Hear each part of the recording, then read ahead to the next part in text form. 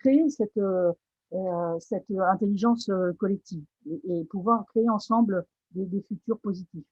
Eh bien, il faut d'abord et avant tout utiliser les principes de la psychologie positive, qui s'appelle encore la Patchett Inquiry, qui est un principe tout simple, mais qui est peu mis en œuvre en fait. Donc, c'est d'abord constituer un groupe avec une diversité de personnes très importante, avec voilà dans une entreprise des gens qui viennent de différents départements, mais aussi avec des volontaires, des gens qui ont la volonté de participer à ce qui est en train de se passer, ne serait-ce que pour pouvoir dire à leurs enfants que ils sont partie prenante de travaux qui les amènent à considérer qu'ils peuvent être acteurs aussi et contribuer à améliorer les choses.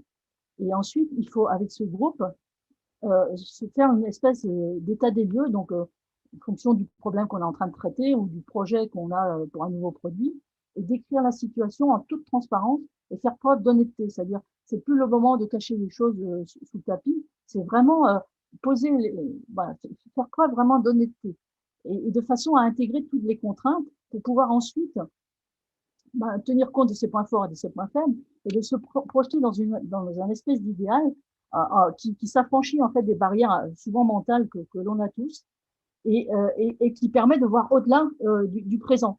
Et ensuite, bien entendu, avec toutes ces données et ces avis différents, on peut se mettre à créer quelque chose et revenir dans le domaine de l'opérationnalité et co-construire voilà quelque chose qui va ensuite demander à être livré, donc de donner des livrables bien précis et bien concrets et bien pragmatiques. Et avec tout ça étant conduit par un droit à l'erreur. Parce que aujourd'hui, dans nos sociétés, jusqu'alors, voilà, l'erreur est considérée comme quelque chose de perte de temps, etc. Alors que souvent, c'est au contraire, c'est l'opportunité. Si ça ne fonctionne pas comme ça, on pensait que ça devait fonctionner, c'est peut-être une source de progrès au contraire. Alors peut-être pas sur le moment, mais il faut la garder en tête parce qu'elle pourra resservir pour autre chose. Et les plus grandes découvertes scientifiques ont été faites à la base souvent à cause d'erreurs qui avaient été commises. Et pour vous montrer en fait toute la puissance, parce qu'une fois qu'on travaille de cette façon-là, en fait, on génère une énergie incroyable, parce que chaque participant voit sa contribution vraiment prise en compte, et il se sent reconnu, et du coup, il livre toute sa capacité aussi créatrice. Enfin, moi, j'ai toujours été très enthousiaste de voir une équipe quand elle se met à fonctionner de cette façon-là. Et une autre illustration que je vous donner pour vous montrer que voilà, ce genre de travail peut nous amener à sortir de nos cadres. J'ai travaillé par exemple dans une industrie où on avait des process papetiers et on travaillait des produits. À l'époque déjà, on travaillait dans l'économie circulaire parce qu'on récupérait des sous-produits des manufacturiers de tabac pour refaire un produit industriel avec des vertus, des fonctionnalités très précises pour le monde de la cigarette. On rajoutait des composants, etc., qui permettaient d'accélérer la vitesse de combustion de ce produit et intégré dans la cigarette, ça permettait de réduire les goudrons parce qu'à l'époque, l'industrie de la cigarette faisait face à énormément de contraintes réglementaires, comme c'est le cas de tout ce qu'on vient d'aborder également. Et donc, à l'époque, on s'était dit, tiens, mais pourquoi pas, au lieu des fibres de tabac, on pourrait travailler d'autres fibres. Donc, on s'est mis à travailler, par exemple, des fibres issues de plantes aromatiques, et on a composé des produits de ce type-là. Et donc, mais on est resté dans notre canal cigarette. On a fait des cigarettes herbales, en quelque sorte, qui sentaient bien le barbecue quand on les fumait. Mais en poussant plus loin et quelques années plus tard, cette société a continué à progresser dans sa réflexion et s'est dit, effectivement, je peux fabriquer des supports issus de fibres végétales et les proposer à l'industrie alimentaire, par exemple, pour des emballages alimentaires, avec une plus forte valeur ajoutée, parce qu'aujourd'hui, le concept de naturalité est très recherché par ces activités. Et en poussant encore plus loin, c'est là que j'ai retrouvé mes anciens collègues, ils ont aussi proposé ça dans l'industrie cosmétique en disant, mais en fait, au-delà des emballages, on peut aussi faire des produits pour l'industrie cosmétique comme des masques. Et du côté de l'industrie cosmétique, on s'est dit, bah, effectivement, on va répondre aux besoins de personnalisation des produits en associant un masque avec des fibres particulières, avec une lotion, voilà, qui sera aussi personnalisée en fonction du type de peau des produits. donc des clients. Donc, vous voyez, c'est juste pour dire qu'avec ce genre de schéma, on sort de nos contraintes personnelles et respectives, et on peut voir au-delà. Et c'est ce qui est demandé aujourd'hui. Donc, au niveau des ODD, toute la puissance, selon moi, des ODD, c'est que voilà, on peut les représenter de cette façon-là. Les 17 ODD, elles peuvent se présenter, ils peuvent se présenter, pardon, c'est des objectifs en cercle concentrique. Et chaque cercle concentrique correspond aux 5 finalités du développement durable qui sont exposées ici. Et donc, vous voyez, vous retrouvez le même schéma que ce que je vous ai montré là au niveau de la sphère du rapport du Forum économique mondial.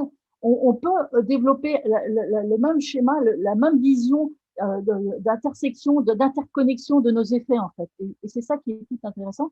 Et puis ce sur quoi aussi il faut insister, et c'est vraiment l'intention de l'ONU, c'est que cette démarche, elle doit penser globalement, et les ODD sont là pour la rattacher au global, mais son efficacité pleine ne s'exercera qu'en développant des capacités d'innovation très très importantes au niveau local.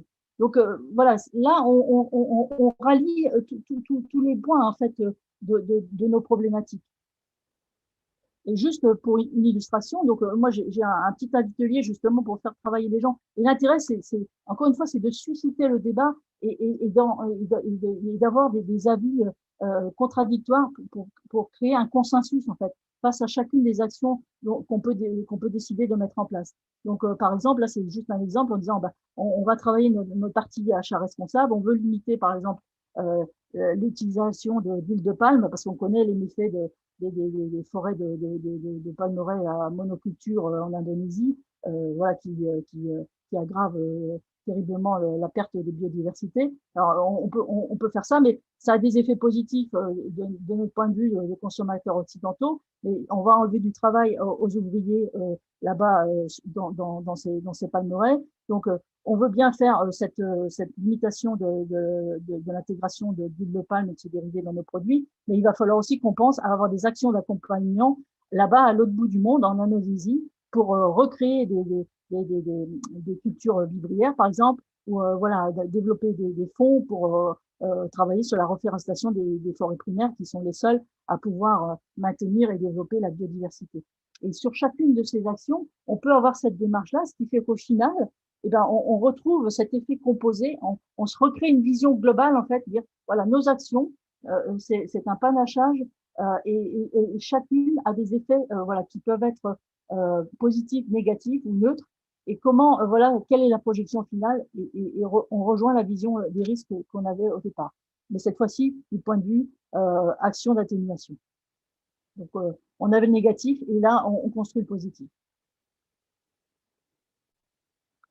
De la même façon, pardon, il faut travailler sur toute sa chaîne de valeur avec deux axes principaux qui sont comment je fais pour minimiser les impacts que je sais déjà négatifs de mon process. Et ce, donc, depuis l'achat des matières premières jusqu'à la fin de vie du produit. Donc, bien entendu, je vais travailler, on vient de voir, sur la partie biodiversité, mais aussi, je vais travailler sur quand même un enjeu majeur, ce qui est aujourd'hui de dire, je veux réduire mes GES, et pour les réduire, il faut que je les mesure. Donc aujourd'hui, il y a plein de solutions qui permettent de faire son bilan carbone. Moi, je travaille notamment avec un partenaire qui s'appelle Global Climate Initiative, GCI, et qui a développé une plateforme numérique très très performante et qui permet à n'importe quelle entité, à des prix vraiment très compétitifs, de faire son bilan carbone et de le faire pour son entité, mais aussi d'aller jusqu'à ce qu'on appelle le scope 1, 2 et 3, le 3 étant d'intégrer aussi ses fournisseurs, parce que l'idée, c'est d'avoir vraiment des actions qui sont systémiques, c'est-à-dire d'entraîner le maximum de personnes vers la résolution des problèmes mondiaux. De la même façon, il faut travailler sur un axe positif, c'est-à-dire aujourd'hui, je suis en capacité peut-être de générer des actions vraiment d'atténuation positive. Par exemple, si dans mon environnement, il y a un réseau de mise en place d'un nouveau système de génération d'énergie sur la base du renouvelable, tel que par exemple l'hydrogène vert, et à ce moment-là, je vais me rapprocher de ces gens-là pour pouvoir bénéficier de cette nouvelle énergie et par exemple alimenter mes chariots élévateurs avec cette énergie. De la même façon, donc, je vais systématiquement travailler en économie circulaire, donc penser au recyclage de mes produits. Et pourquoi pas, pour certains produits, tout dépend de son activité, faire une gamme de produits qui seront réutilisés, qu'on pourra revendre en réusage de seconde main. Voilà, c'est toute cette dynamique et cette vision globale qu'il faut mener dans chacune des entreprises.